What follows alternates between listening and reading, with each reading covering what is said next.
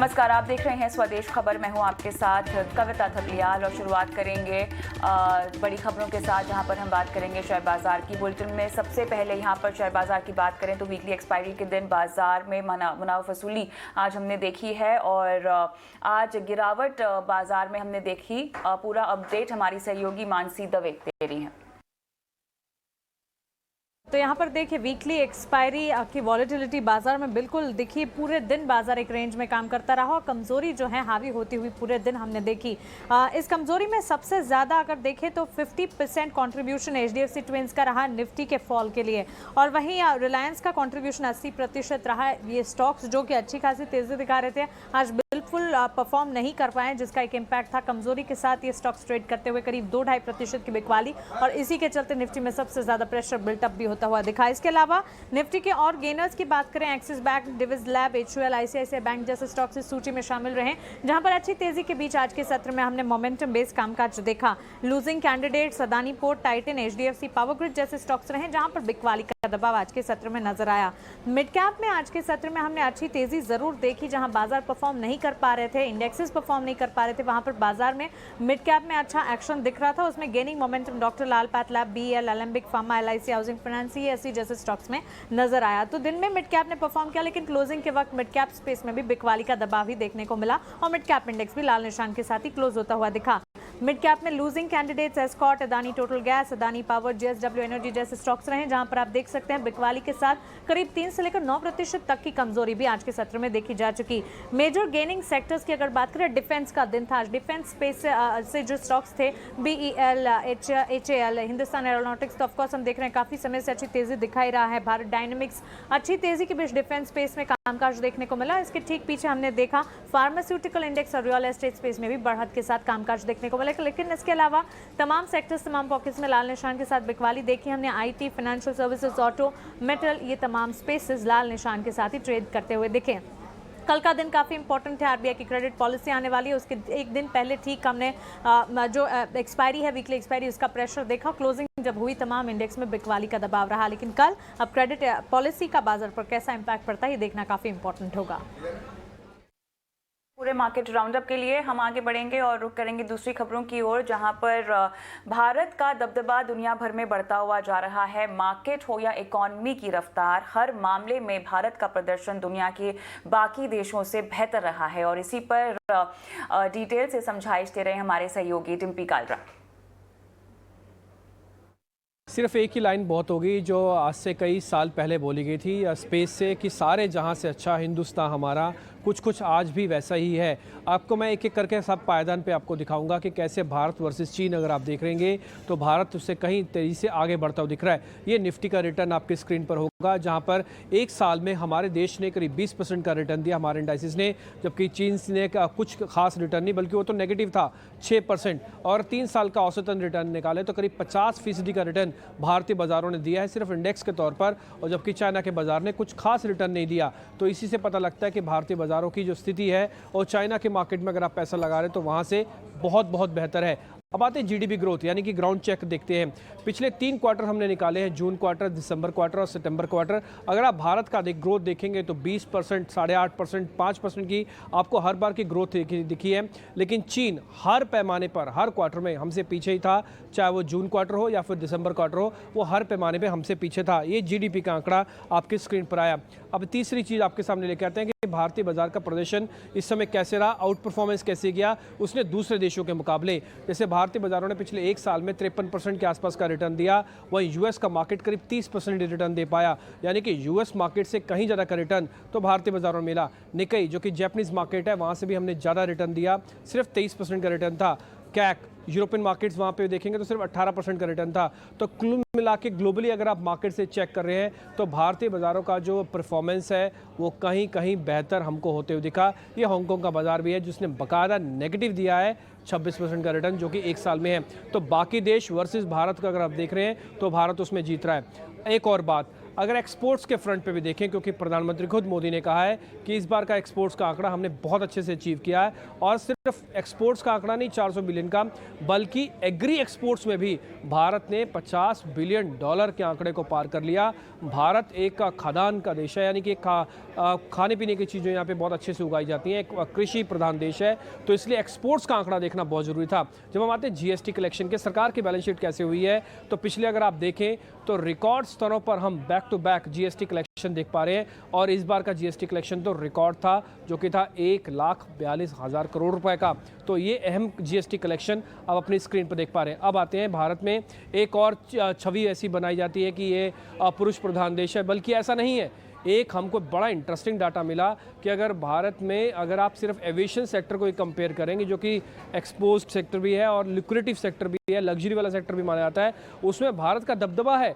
भारत का अपना करीब 15% ऐसी उसमें फोर्स है, वर्क फोर्स है, जो कि महिलाएं हैं।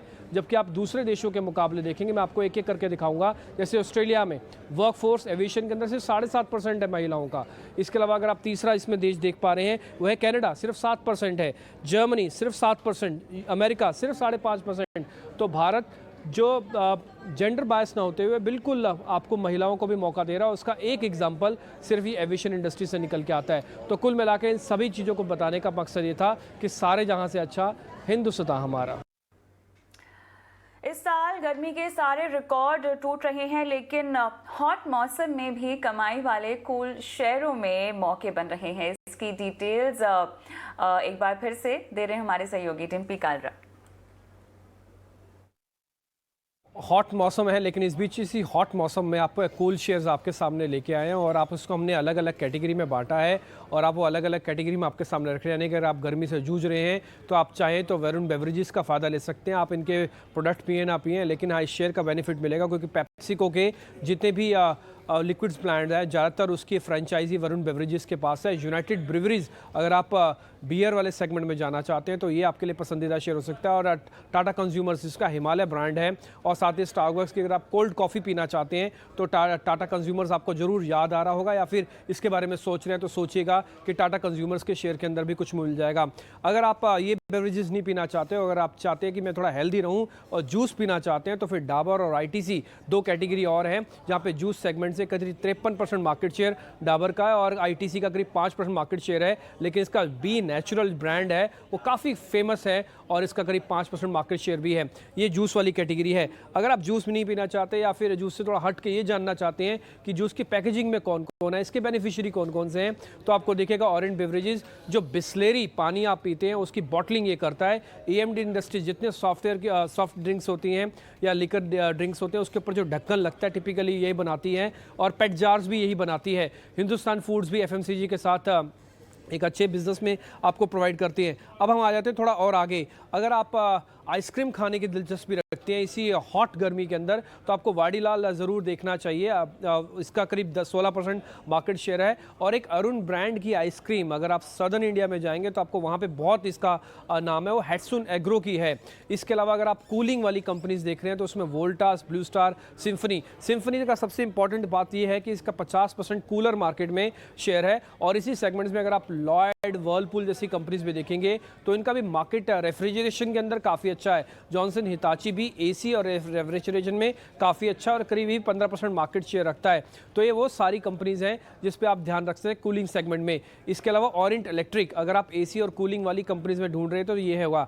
लास्ट में, बिल्कुल लास्ट में, अगर आप पाउडर वाली कैटेगरी ढूंढ रहे हैं जिसमें आप ठंडा ठंडा कूल पाउडर इस्तेमाल करना चाहते हो, इमामी का है। और इमामी का नवरत्न के साथ साथ डर्मिकूल ब्रांड भी अब इन्होंने खरीद लिया, 40% मार्केट शेयर है। और नाइसिल तो खैर सदियों से ही यूज़ होता रहा है गर्मियों के अंदर, घमौरियाँ हटाए नाइसिल लगाएं, ऐसा चलता है। और 34% मार्केट शेयर इसका है। ये कंपनी है जायडस वेलनेस। तो इस हॉट गर्मी में ये कूल शेयर्स हैं।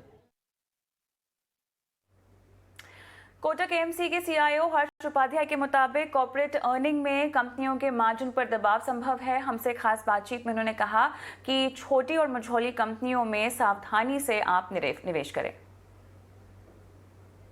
मार्केट काफी रेजिलिएंट रहा है लास्ट 5 से 6 वीक में। ये एक्चुअली कमोडिटी प्राइस प्रेशर्स जो दिख रहे हैं अक्रॉस द बोर्ड, उससे कुछ फर्क नहीं पड़ रहा है मार्केट पे। Market has been going up, लेकिन हमें लगता है कि जो अर्निंग्स आएंगे मार्च क्वार्टर के या जून क्वार्टर के, उसमें काफी सारे कंपनीज पे मार्जिन प्रेशर देखने को मिलेगा। जहाँ पे earnings growth expectations high teens पे था, वो शायद थोड़ा नीचे भी जा सकता है। और अगर इसी बात पे हम चर्चा करते हैं, मिड और स्मॉल कैप जो कंपनीज हैं, वहाँ पे margin pressure large cap company से ज्यादा होने का आशंका है, क्योंकि वो इतने एस्टेब्लिश बिजनेसेस नहीं है और शायद उनको ज्यादा कंपटीशन से लड़ना पड़ेगा। और ये भी देखना चाहिए कि अगर वो पॉस ऑन कर देते हैं ये कमोडिटी कॉस्ट इंक्रीज को, क्या डिमांड वही लेवल पे, जो पुराने लेवल्स थे, वहीं पे रहेगा या बढ़ेगा? हमें लगता है कि वो शायद नहीं होगा और डिमांड कम हो सकता है।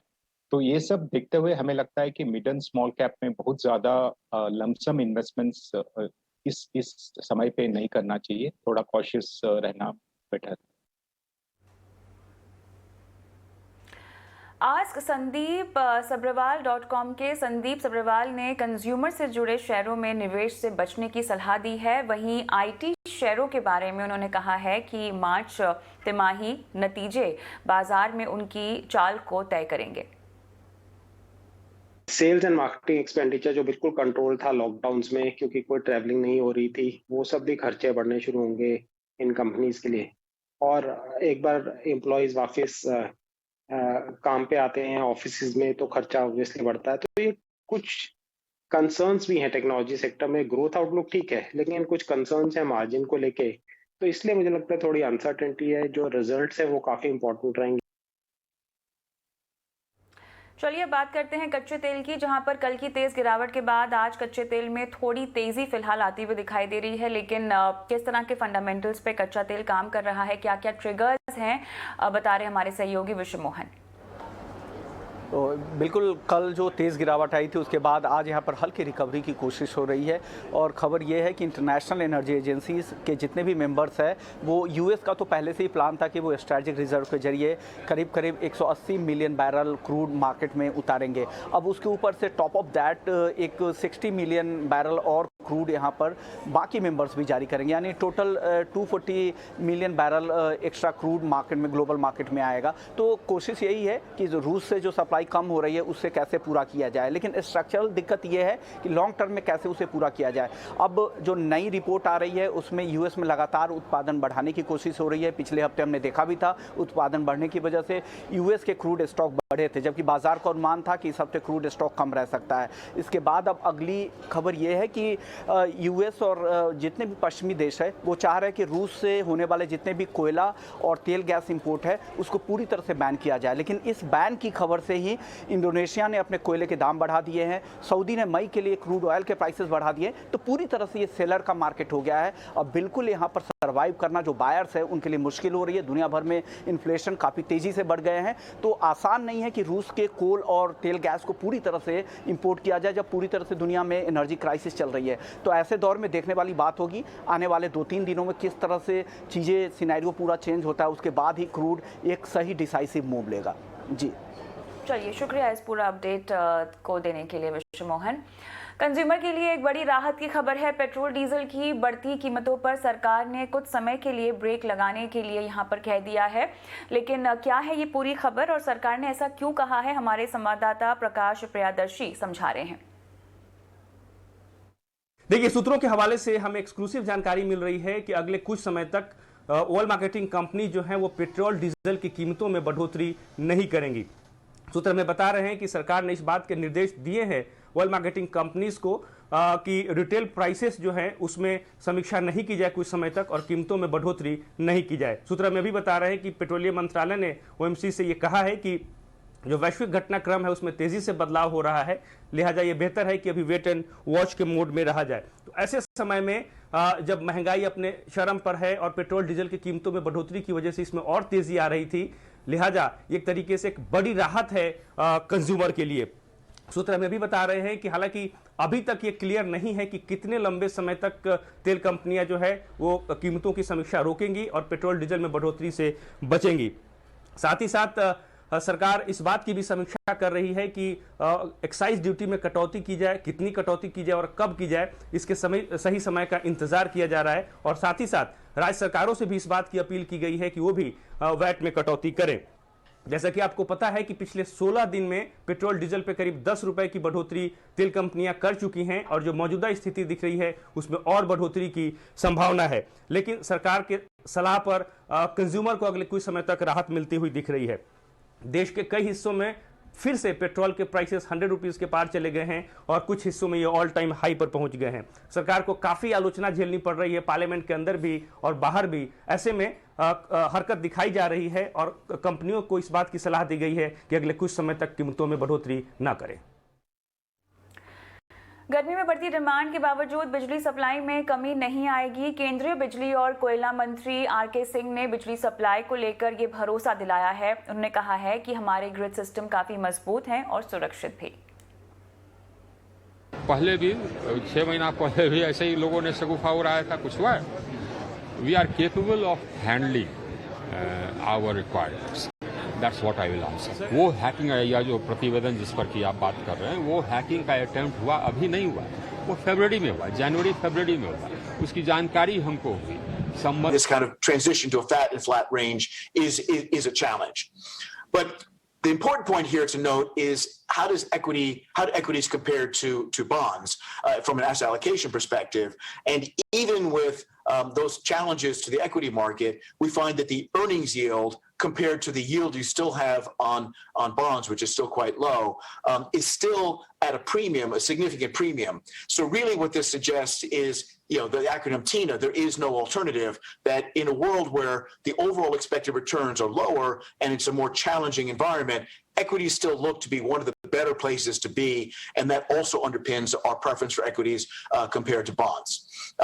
Now, within the equity complex, as this chart shows, this is the relative pricing of Europe, Japan, and Asia ex-Japan, and EM more broadly, versus the U.S. And pretty much every one of these non-U.S.